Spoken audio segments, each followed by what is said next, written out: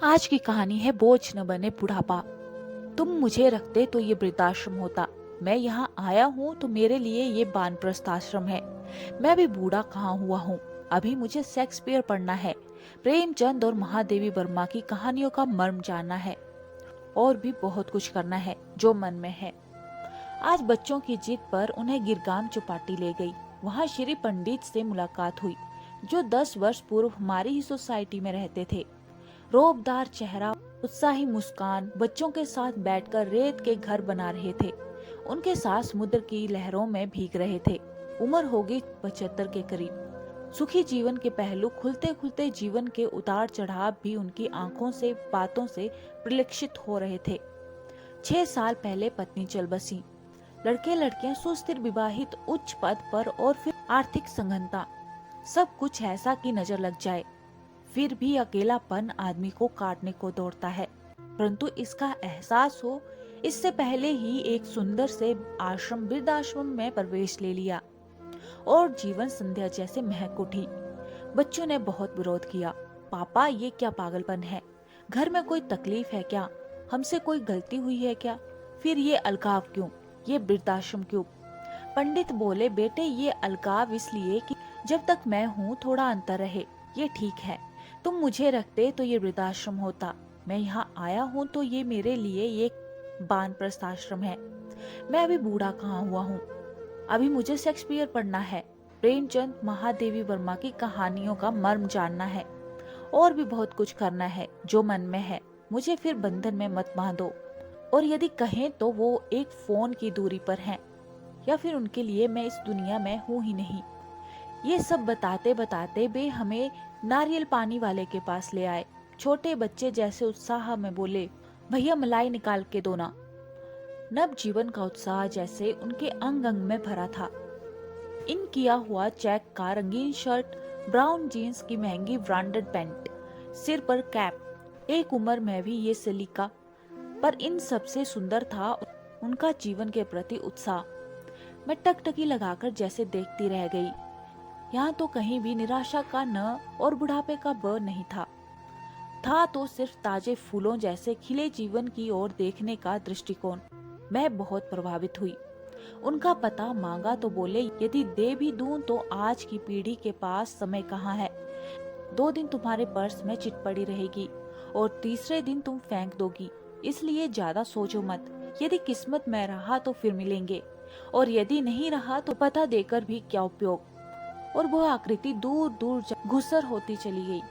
श्री पंडित से मिलने के बाद आज बार बार आंखों के आगे पांडे चाचा जी का उदास खोया खोया चेहरा नजर आ रहा था। सच, दोनों में कितना अंतर था। चाचा जी तो बेचारे मशीन बनकर रह गए थे।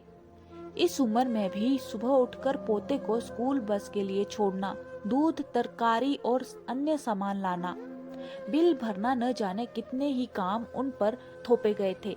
रिटायर की तख्ती जो लगी थी उन पर, कामों की फेरहिस्त हनुमान की पूंछ की तरह दिनों दिन बढ़ती जाती थी। परेशान हो गए थे।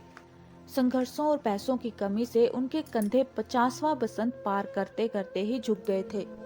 एक तरह की गूंगी लाचारी आ गई थी। बस तब से बुढ़ापे का डरावना सफेद भूत उन्हें खूब डराता था।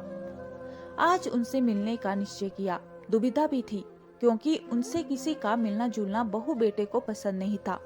उन्हें श्री पंडित के बारे में बताना था और निमंत्रण भी देना था। निमंत्रण तो बहाना था। हमारी सोसाइटी में अधिकांश वृद्ध दंपति ही थे। जब से मैं ब्याह कर आई थी, उनका अकेलापन, घुटन, मजबूरी और कश्मकश देखती आ रही थी, पर कुछ सूझता नहीं था। आज श्री पंडित से मुलाकात ने जैसे मेरे बंद दिमाग के ताले ही खोल दिए थे। मेरे सास ससुर आए हुए थे। योजना थी उनसे मिलवाने के बहाने सारे सीनियर सिटीजन का एक छोटा सा गेट टुगेदर रखना, ताकि वो आपस में अपने अनुभव बांट सके। फिर किसी तरह कोशिश कर उन्हें नियमित अंतराल के बाद मिलवाना। महिला मंडल या किट्टी पार्टी की तरह उनका भी एक छोटा सा क्लब स्थापित करना। फिर दिशा उन्हें खुद ब खुद मिल ही जाएगी। विचारों के ताने बाने बुनती में कब उनके घर पहुंची पता ही नहीं चला। मुझे और मेरे हाथ में उनकी पसंद के बेसन के लड्डू देखकर उनकी आंखें भर आई। पत्नी के गुजरने के बाद उनकी पसंद नापसंद किसी के लिए कोई मायने नहीं रखती थी। सारी कहानी बताकर बोले, जरा भी खाली होता हूँ तो लगता है घड़ी का सेकंड का कांटा भी 100 किलो का वजन लेकर चल रहा है। कोई मेरी सलाह नहीं मानता। मैं सठिया गया हूँ क्या? मैंने भी बेटी के हक से प्यार से उन्हें समझाते हुए कहा, चाचा जी अब आप गृहस्थी की जिम्मेदारी से भी रिटायर हो जाइए। इसका बोझ आगे की पीढ़ी के कंधों पर है। इस बोझ से यदि उनके पैरों में मोच आती है तो अपने अनुभवों का बल दें, परंतु यदि उनके न मांगने पर भी आप अपने अनुभवों और उपदेशों की बेड़ियां उनके पैरों में डालते रहेंगे तो उनका चलना मुश्किल हो जाएगा और वो ये बेड़ियां उपेक्षा की धारा से काट फेंकेंगे। बिल्कुल सच कह रही हो बेटी। आंखों के आगे एक पर्दा था जो तुमने हटा दिया। सच पंडित ने अच्छा निर्णय लिया। मैंने फिर धीरे से उन्हें अपनी योजना बताई। उनका आश्वस्त उत्साहित स्वर इस बात की गवाही दे रहा था कि उन्हें एक दिशा मिल गई है और जीने का मकसद भी। आखिर वो दिन आ ही गया। सबकी 100% उपस्थिति ने तो मुझे चौंका ही दिया। पहले मैंने अपनी सास का परिचय कराया कि कैसे वो वर्तमान से शीघ्र ही एक रूप हो जाती हैं। वे बोली बेटा, औरत की भूमिका तो बचपन से लेकर बुढ़ापे तक बदलती रहती है, इसलिए हर बदलती भूमिका का स्वागत वो उत्साह से करती है। फिर मैंने उनके व्यस्त कार्यक्रम बताए, जैसे नाती पोतियों की पढ़ाई में मदद करना त्योहार पर, या कभी खाने में एक आधा डिश बना देना, कभी थोड़ी बुनाई, कभी सिलाई, और जितना शरीर में सामर्थ्य हो उतनी महिला मंडल के कार्यक्रमों में उपस्थिति। इस पर मुस्कुराते हुए बोली, अपने अधिकारों का नगाड़ा बजाने के बजाय प्रेम और वात्सल्य की बीन बजाएं तो सब कुछ सरल हो जाएगा। बढ़ती उम्र के बढ़ते अधिकारों के सत्य को स्वीकार करें। बढ़ती उम्र के बदलते अधिकारों के सत्य को स्वीकारें। स्त्रियां तो बड़ी आसानी से स्वीकारती हैं, पर पुरुष नहीं। इसलिए तो पानी में पड़े तेल जैसे संसार से अलग थलग पड़ जाते हैं। सासू जी की बातें प्रभावशाली थीं। सभी का उत्साह काबिले तारीफ था। अनुभवों का लेन देन शुरू हो गया। उनकी हंसी ठहाकों और कटाक्षों का मैं शांत बैठकर आनंद ले रही थी। सच हम उम्र लोगों के बीच कितना रिलैक्स महसूस कर रहे थे सब। एक बात पर सभी एक मत थे कि उन्होंने सिर्फ पैसा दुगनी करने वाली योजनाओं के बारे में ही सोचा। यदि खुशियां दुगनी करने वाली योजनाओं की खोज वो 25-30 साल की उम्र में कर लेते या कई शौक पाल लेते, यूं समय काटने को न दौड़ता। मुझे कुछ भी करना नहीं पड़ा। कड़ियां जुड़ती गई। अगली बार मिलने की तारीख भी तय हो गई। प्लान बनते गए और यंग सीनियर सिटीजन क्लब की स्थापना भी हो गई। नाम के अनुसार ही उनका जोश और उत्साह देखने लायक था। खुशी के मारे तो मेरे पैर ही जमीन पर नहीं पड़ रहे थे। अचानक मैं अतीत में जागी। आज इस बात को लगभग 4 वर्ष हो गए हैं। सभी बहुत व्यस्त हैं। चाचा जी ने भी अपने लिए जीना सीख लिया है। अब वो सुबह की सैर और योग के पश्चात तैयार होकर निकल पड़ते हैं। किसी सामाजिक संस्था में निशुल्क अकाउंट्स देखते हैं। शाम को अपने हम उम्र दोस्तों के साथ बैडमिंटन या टेनिस खेलते हैं, या सोसाइटी के बच्चों के साथ क्रिकेट में एम्पायर का रोल अदा करते हैं। कभी उन्हें कहानियां सुनाते हैं, कभी खुद सुनते हैं। वो ही क्या, लगभग सभी का यही हाल है। सभी व्यस्त हैं।